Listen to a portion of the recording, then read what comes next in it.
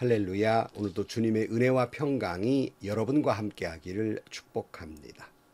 세상에서 가장 거룩해야 할 곳이 타락하면 가장 추한 곳이 됩니다. 이처럼 가장 거룩해야 할 교회가 타락하면 가장 추악한 곳이 되고 마는 것이에요.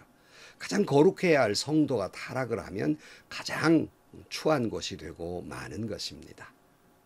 예레미야 17장 9절 말씀에 보면 만물보다 거짓되고 심히 부패한 것은 마음이라 누가 능히 이를 알리오마는 그랬어요. 가장 문제는 우리의 마음이에요. 그래서 여러분 예컨대 하나님의 영이 떠난 교회, 하나님의 영이 떠난 목회자, 하나님의 영이 떠난 성도, 그렇게 되면 가장 추한 사람, 가장 더러운 것이 되는 것입니다. 우리는 모두 하나님의 영으로 성령으로 충만해야 할 것입니다. 주님의 영으로 충만해서 더욱이 거룩한 성도가 되고 그리고 하나님의 은혜와 축복 속에 살아가시기를 주의 이름으로 간절히 축원합니다. 오늘 아침 하나님께서 우리에게 허락해 주신 말씀은 사무엘상 22장 11절에서 23절 말씀입니다. 그러자 왕은 아이두베 아들 제사장 아히멜렉은 물론 노베에 있는 그의 집안 제사장들을 모두 불러들였다. 그리하여 그들이 모두 왕에게로 나왔다. 사울이 호통을 쳤다. 아히두베 아들은 똑똑히 들어라. 아히멜렉이 대답하였다. 임금님 말씀하십시오. 사울이 그를 꾸짖었다. 내가 왜 이새의 아들과 함께 공모하여 나에게 맞서려고 하였느냐? 내가 왜 그에게 빵과 칼을 주고 왜 그가 해야 할 일을 하나님께 물어서 그가 오늘날과 같이 일어나서 나를 죽이려고 매복하도록 하였느냐? 그러자 아히멜렉이 왕에게 대답하였다. 임금님의 모든 신하들 가운데에서 다윗만큼 믿을 만한 사람이 누구입니까? 더구나 그는 임금님의 사위인 동시에 경호실장이며 이 궁중에서 매우 존귀한 사람이 아닙니까? 그가 할 일을 하나님께 여쭙는 일을 제가 오늘에 와서 처음 시작한 것입니까? 전혀 그렇지 않습니다. 임금님은 이 종이나 이 종의 온 집안에 아무 허물도 돌리지 말아 주십시오. 이 종은 이런 일은 전혀 아는 바가 없습니다. 그런데도 왕은 이런 선언을 내렸다. 아히멜렉은 들어라. 너는 어쨌든 너의 온 집안과 함께 죽어 마땅하다. 그리고 왕은 자기 곁에 둘러서 있던 호위병들에게 명령하였다. 너희는 당장 달려들어 주님의 제사장들을 죽여라. 그들은 다윗과 손을 잡고 공모하였으며 다윗이 도망한 줄 알았으면서도 나에게 귀뜸해 주지 않았기 때문이다. 그러나 왕의 신하들은 손을 들어 주님의 제사장들을 살해하기를 꺼렸다. 그러자 왕이 도에게 명하였다. 내가 달려들어서 저 제사장들을 죽여라. 그러자 에돔 사람 도액이 서슴없이 달려들어서 그 제사장들을 죽였는데 그가 그날 죽인 사람은 모시의 옷을 입은 제사장만도 85명이나 되었다. 사울은 제사장들이 살던 성읍 노베까지 가서 주민을 다 칼로 죽였다. 그는 남자와 여자, 어린아이와 젖먹이, 소떼나 나귀떼나 양떼를 가리지 않고 모두 칼로 쳐서 죽였다. 아히두의 손자이며 아히멜렉의 아들인 아비아달은 거기서 피하여 다윗에게로 도망하였다. 아히아달은 다윗에게 사울이 주님의 제사장들을 몰살시켰다는 소식을 전하였다. 다윗이 아비아달에게 말하였다. 그날 내가 에돔 사람 도액을 거기에서 보고서 그가 틀림없이 사울에게 고자질하겠다는 것을 그때 이미 짐작하였소. 제사장의 집안이 몰살당한 것은 바로 내가 책임져야 하오. 이제 두려워하지 말고 나와 함께 지냅시다. 이제 나의 목숨을 노리는 사람이 바로 당신의 목숨을 노리는 사람이기도 하니 나와 함께 있으면 안전할 것이오. 아멘. 여러분, 다윗이 골리앗을 쓰러뜨릴 때에는 여호와의 이름으로 믿음으로 나아가서 골리앗을 쓰러뜨렸죠. 그러나 지금 다윗은 도망자 신세예요. 사울을 피해서 이곳저곳을 도망을 갑니다. 그러나 도망을 가는 곳곳마다 환영받지를 못하게 됩니다. 받아주는 것이 없어요. 급기야는 성소에까지 이르게 됩니다. 거기에서 아히멜렉에게 빵을 얻어먹고 마침 거기에 있었던 골리앗의 칼을 받아들게 됩니다. 언제는 여호와의 이름으로 나갔던 그가 믿음이 흔들리니까 골리앗의 칼을 들고는 그럴 수 없이 좋다 하고 외쳤던 다윗의 모습을 보면서 믿음이 흔들리니 다윗도 칼을 의지하더라 하는 말씀이에요. 그는 여기서 그치지 않았습니다. 이제는 판단 능력도 잃어버렸어요. 그래서는 이제 원수의 나라 블레셋까지 도망을 합니다. 거기에서도 환영받기 어려우니까 목숨 하나 건지겠다고 수염에 침을 질질 흘리면서 미친 채 하면서 목숨을 구걸하게 되는 처참한 신세가 됩니다. 그의 도망자의 모습은 계속됩니다. 그 후에 그날의 모든 일들을 후회하면서 이런 고백을 합니다. 시편 46편 1절 말씀에 하나님은 우리의 피난처시며 우리의 힘이시며 어려운 고비마다 우리 곁에 계시는 구원자이시니 라고 되어 있고요. 34편 8절 말씀에 너희는 주님의 신실하심을 깨달아라. 주님을 피난처로 삼는 사람은 큰 복을 받는다 그랬어요. 참 성경에 다윗처럼 이렇게 수없이 도망다닌 사람도 없었을 것입니다. 그리고는 도망다니다 그가 나중에 크게 깨달은 고백이에요. 내가 이리저리 도망을 다녀보니까 역시 오직 피난처는 하나님 한 분뿐이더라. 하나님만이 나의 힘이요 하나님만이 나의 의지이며 하나님만이 내가 어려울 때 나를 떠나지 아니하시고 내 곁에 계시며 나를 지키시는 분이었다. 그는 후에 이렇게 고백하게 됩니다. 다윗은 아둘람 굴에 이제 굴 속에서 벌벌 떨고 이제 숨어 있게 되지요. 그러나 그런 비참한 그 아둘람 굴은 도리어 그곳이 나중에 이제 다윗의 왕국을 이루는데 큰 이제 기초가 됩니다. 도리어 은혜와 축복의 출발점이 되었다는 말씀입니다. 이 아굴라굴로 그 부모와 형제들이 도망을 왔어요. 도저히 사울 곁에 무서워서 이제 못 살게 됐지요. 근데 그들만 온 것이 아니라 주변에 많은 사람들, 특별히 고통 가운데 있는 일명 작은 자들이라고 불리우는 그런 사람들 무려 400명이 다윗 곁으로 몰려들게 됩니다. 이들은 왜 다윗 곁으로 왔을까요?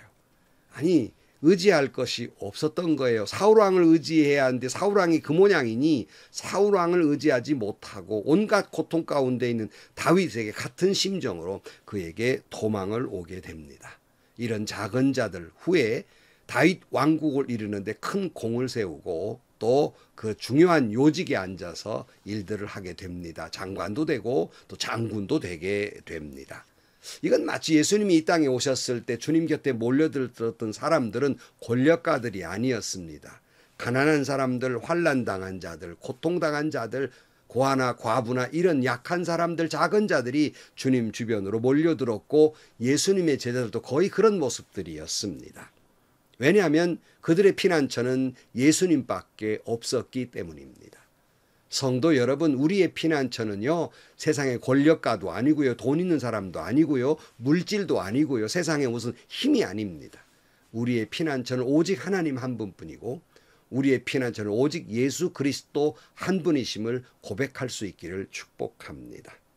이처럼 가난하고 볼품없는 작은 자들을 통해서 다윗의 나라가 이루어진 것처럼 주님도 이런 자들을 통해서 저와 여러분 이와 같은 작은 자들을 통해서 하나님의 나라를 이루어가고 계시는 것입니다. 그래서 팔복을 말씀하실 때에도 가난한 자와 애통하는 자는 천국이 저희 것임이라고 말씀하고 있는 겁니다.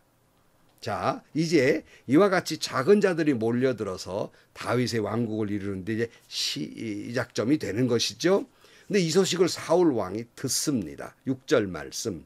하루는 사울이 기브와 산등성이에 에셀나무 아래서 창을 들고 앉아 있었다. 그의 신하들은 모두 그의 곁에 둘러서 있었다. 거기에서 사울은 다윗이 부하들을 거느리고 나타났다는 말을 들었다 그랬어요. 여기 주목해야 할 것은 사울 곁에는 늘 창이 있었습니다. 손에는 늘 창이 들려져 있었습니다. 그것은 사실은 겉으로는 그가 창을 들고 있었지만 마음속에도 창이 있었어요. 늘 그 마음에 다른 사람을 찌르고 죽이려는 그런 마음으로 가득했습니다. 시기하고 질투하고 원망하고.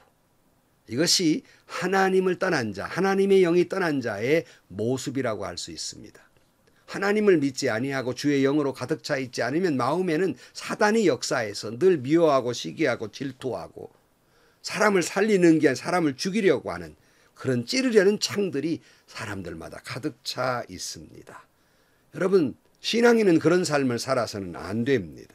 신앙인의 마음속에는 사람을 찌르는 창이나 사람을 가르는 칼을 가져서는 안 됩니다. 누구를 비난하거나 누구를 흉보거나 누구를 시기하거나 누구를 죽이려는 마음을 가져서는 안 되는 겁니다. 마치 고슴도치처럼 신앙인들 가운데 자꾸 그런 창을 두어서 곁에 오는 사람마다 찌르고 곁에 오는 사람들마다 칼로 베려는 그런 마음을 가지고 있는 사람들이 있어요. 수용적이질 못하고 모든 것이 부정적으로 생각을 해요. 항상 의심할 법밖에 없어요. 이건 진정으로 예수 믿는 사람의 모습이 아니올시다. 다윗도 믿음이 흔들리니까 믿음이 있을 때는 사람을 살리는 찬양하면서 사람을 살리는 수금이 그의 손에 들려져 있지만 믿음이 흔들리니까 그가 그만 골리앗의 칼을 들고 이보다 더 좋을 수는 없다 이러고 외치는 사람을 베는 칼을 그 손에 들게 됩니다. 다시 말씀드립니다. 성도 여러분, 우리 신앙인은 다른 사람을 찌르는 그런 마음, 그런 창을 가져서는 안 됩니다.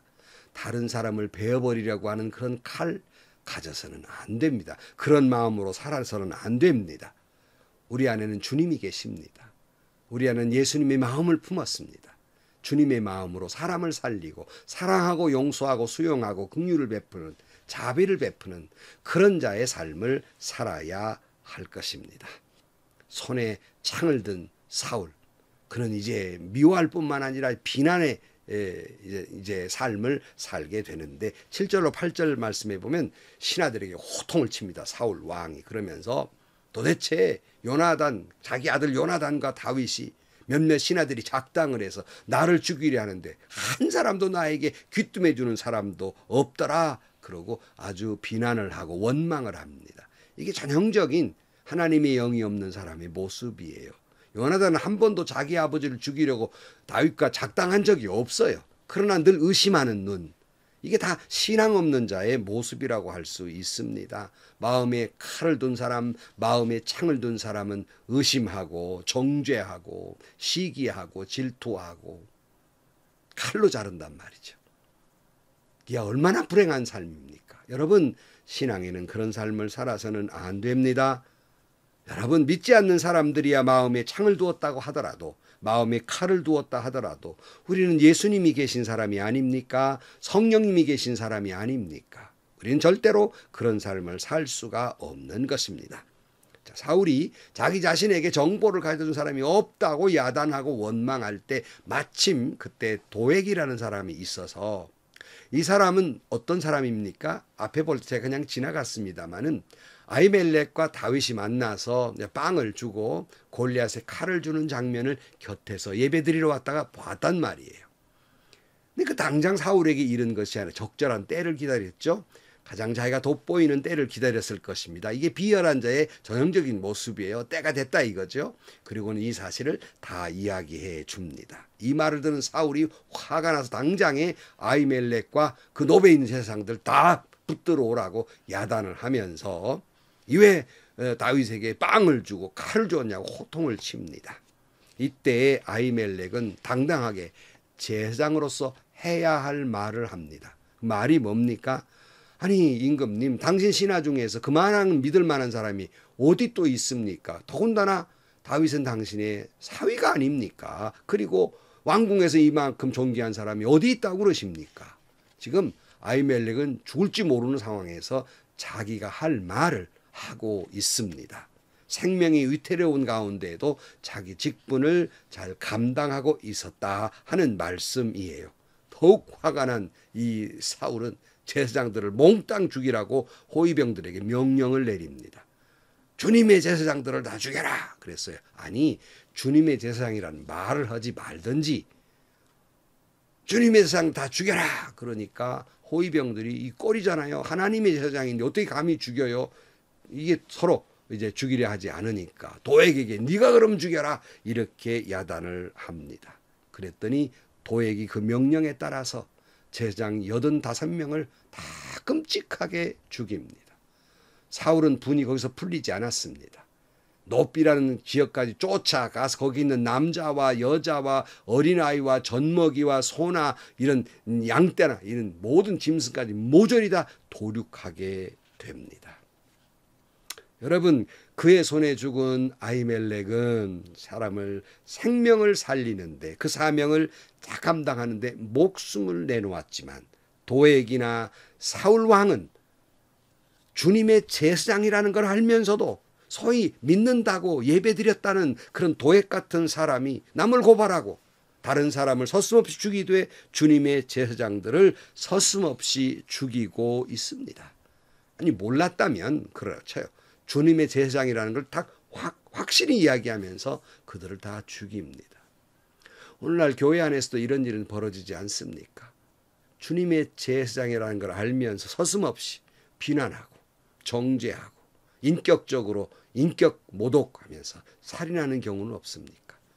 주님의 성도인 줄 뻔히 알면서도 그들을 서슴없이 비난하고 정죄하고 서슴없이 인격적으로 모욕스럽게 하는 일은 없느냐, 그런 말씀입니다.